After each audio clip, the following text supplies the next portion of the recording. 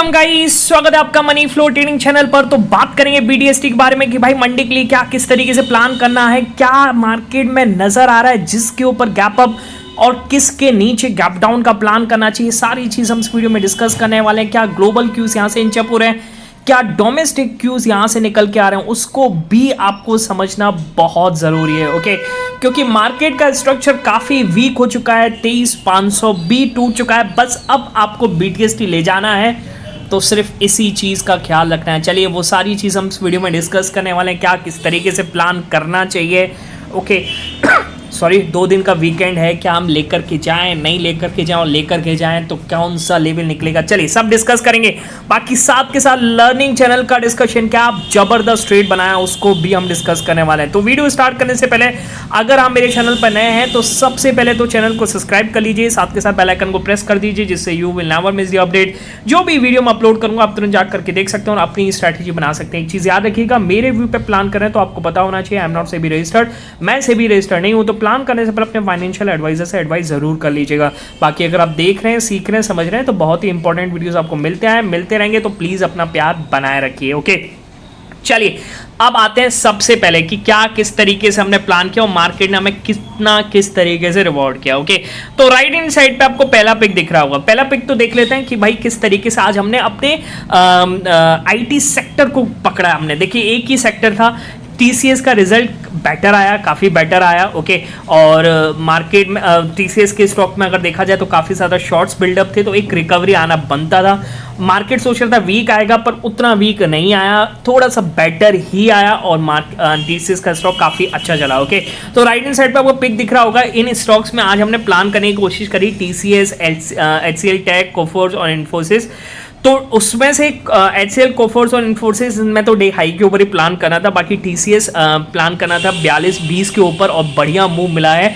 आपको left hand side पे pick भी दिख रहा होगा, बहुत ही बढ़िया। एक लॉट पे अगर आप जाकर के देखेंगे तो मेरे हिसाब से अगर मैंने तो कहने का मतलब है कि लगभग 3 हज़ार का आपको प्रॉफिट देखने को मिला होगा। जबरदस्त तरीके का आज टीसीएस में हमें मूव देखने को मिला है। ठीक है, वेट करना पड़ा। ओके, एक बार प्रॉफिट बुकिंग आई है ना, और उसके बाद जो मूव आया वो काफी अच्छा लीड करा के गया। ओके, बाकी 4300 का रेजिस्टेंस था, हम निकल गए थे। ठीक है, तो ये पहला ट्रेड हमारा बना। ओके, फिर हमने क्या प्लान किया, तो राइट साइड पर पिक दिख रहा होगा, क्या कह रहा है, निफ्टी बैंक में 49,190 के नीचे डाउन साइड मूव पॉसिबल है। निफ्टी बैंक अगर लगा लूं तो 49,190 के नीचे हमने प्लान किया, 49,190 में ऊपर कर लेता हूं इसको। ठीक है, और 190 लगा लेता हूं, क्योंकि 200 के नीचे जाना एक थोड़ा सा वीक स्ट्रक्चर क्रिएट कर सकता है। फटाफट से देखिएगा, नीचे गया और बिल्कुल 200 पे रिट्रेस होने आएगा, और वही चीज हुई, रिट्रेस होकर के क्या जबरदस्त मूव दिया है।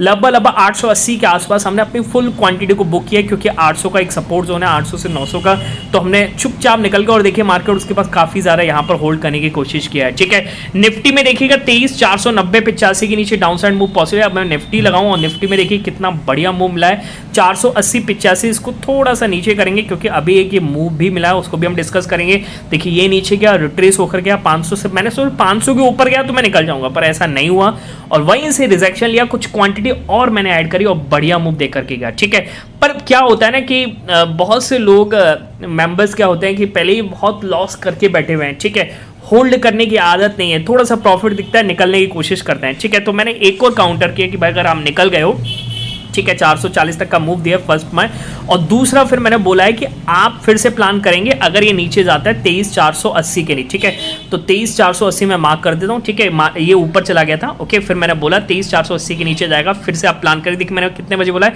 9:43, यही कैंडल है, 9:40 से 9:45 यहाँ कहीं था, फिर मैंने बोला, और फिर देखिए फिर से टूटा और क्या जबरदस्त मूव देकर गया 360 का। ओके, ऑप्शन आप समझ के चलिए 70 से 80 पॉइंट नई एक्सपायरी में हमें गेन देखने को मिला है, जबरदस्त मूव देखने को मिला है।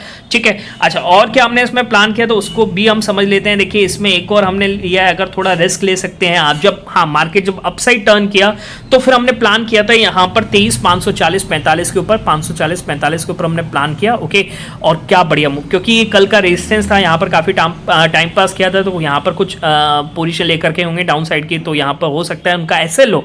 ठीक है, वैसे एसएल तो उनका जब मार्केट क्लोजिंग यहाँ पर आई थी, पर कहने का मतलब है जब इसके ऊपर निकला तो काफी अच्छा मूव देख करके गया, और यहाँ पर 200 EMA था तो रिजेक्शन बनता, तो हमने मैक्सिमम 15-20 पॉइंट लेकर के हम यहाँ पर निकल गए थे, ठीक है।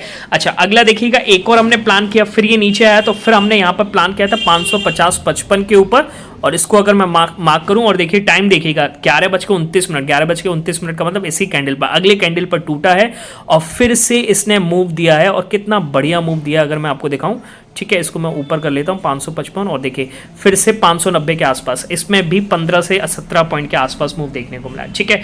और अभी जो जस्ट मैं बुक करके आया हूं, ठीक है, पर यहाँ पर अब हाँ 400 से एक सपोर्ट, फिर हो सकता है यहाँ से दोबारा चले, पर 440 के आसपास मैंने मैक्सिमम क्वांटिटी बुक करी, और यहाँ पर मैंने 420 के आसपास फुल क्वांटिटी बुक करके आया हूँ। अगर आपको लेवल दिखाऊं तो दिख रहा होगा, मैंने बोला है फिर लेंगे। अच्छा एक और चीज़ थी इसमें, हमारा प्लान था कि 490 के ऊपर 490 के नीचे बैठना है, ठीक है, पर मार्केट बार बार 480 का वैसे निकल के आता है, पर हमने सोचा कि एकदम से जाएगा तो हमें क्या पता पोजीशन ना मिले, तो ये 490 एक बार इसने तोड़ा था और फिर दोबारा वापस ऊपर आ गया था, तो हमारा 5-7 पॉइंट का एसएल था, 510 के आसपास हम लेकर के निकल गए। फिर मार्केट घूमा और मैंने बोला फिर लेंगे, और 2:05 पर बोला, 2:05 का यही कैंडल है, और यहाँ पर इसने ब्रेक किया, और क्या ही जबरदस्त मूव दिया है भाई, क्या ही जबरदस्त मूव दिया है। ऑप्शन जाकर के देखिएगा 40 से 50 पॉइंट का मूव इसी कैंडल में मिल गया था भाई, ठीक है। मेरी पोजीशन यहाँ पर थी, ओके, मैं थोड़ा पहले बना लेता हूँ, 500 के नीचे गया तो मैंने पहली पोजीशन बना ली थी, तो मेरे को कम से कम 60 पॉइंट के आसपास मूव मिला है, और इसी कैंडल में लगभग 40 पॉइंट का मूव है, और इसमें 10 पॉइंट के आसपास का मूव होगा, ठीक है।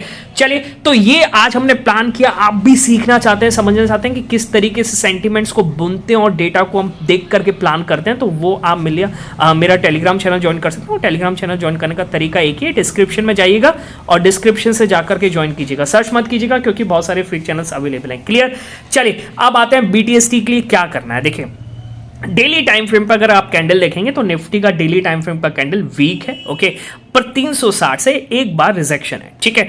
नवंबर के लो मार्केट बहुत ही टेस्ट कर रहा है, ठीक है। अगर नवंबर की ये देखेंगे, ये इसने तोड़ दिया, ओके, और नवंबर का लो अगर ये देखेंगे तो अब एक यही रह गया है 23,260, इसको भी तोड़ेगा तो फिर आप 21,800 तक का भी मूव देखेंगे, उसको भी हम आने वाले वीडियो में डिस्कस करेंगे। पर अगर निफ्टी की क्लोजिंग 400 के नीचे आ रही है, मतलब तो कहूँगा 440 के भी नीचे आ रही है, तो ये बेरिश है, ये काफ़ी बेरिश है, और अगर मार्केट गैप अप भी ओपन हुआ तो वहाँ से सेलिंग ही जनरेट हो सकती है, ठीक है। पर एक बार क्यूज देख लेते हैं, देखिए क्या है मार्केट के क्यूज।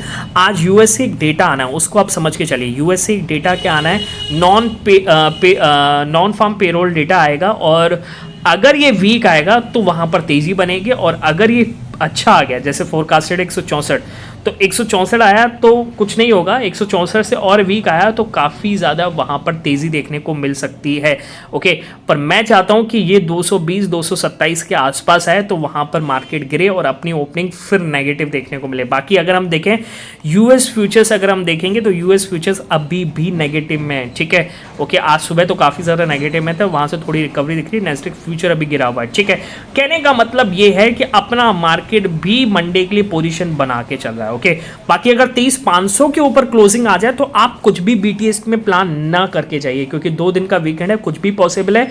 हाँ, अगर 440 420 के नीचे अगर निफ्टी क्लोजिंग करता है, मैं एक बार मार्क कर देता हूँ, 23,440 420 के नीचे अगर क्लोजिंग करता हुआ नजर आएगा तो हम यहाँ से गैप डाउन का प्लान कर सकते हैं। देखिए कम क्वांटिटी के साथ जाइएगा, 1 से 2 लॉट, इससे ज़्यादा बिल्कुल मत जाइए, क्योंकि क्या होगा ना, जब मंडे आएगा तो फिर से हमें एक बढ़िया मूव देखने को मिलेगा, ठीक है, क्योंकि हाई खुलेगा, मतलब अगर गैप अप भी खुल गया, अगर क्योंकि डेटा बेस्ड है, ठीक है, डेटा अगर बेटर आ गया, ओके, और वहाँ पर वो गैप अप खुल गया तो अपना गिफ्ट निफ्टी भी वहाँ पर सेंटीमेंट चेंज कर सकता है, गैप अप का दिखा सकता है। पर इसलिए मैं कह रहा हूँ कि कम क्वांटिटी के साथ जाइएगा, वीक दिख रहा है पर डेटा बेस्ड है, समझिए। अगर इसके नीचे जाएगा तभी हम प्लान करेंगे और कम क्वांटिटी से प्लान करेंगे, और प्लान करने से पहले अपने फाइनेंशियल एडवाइजर से एडवाइस जरूर कीजिएगा, ठीक है। चलिए बाकी मिलेंगे नेक्स्ट वीडियो में, तब तक के लिए बाय बाय, टेक केयर।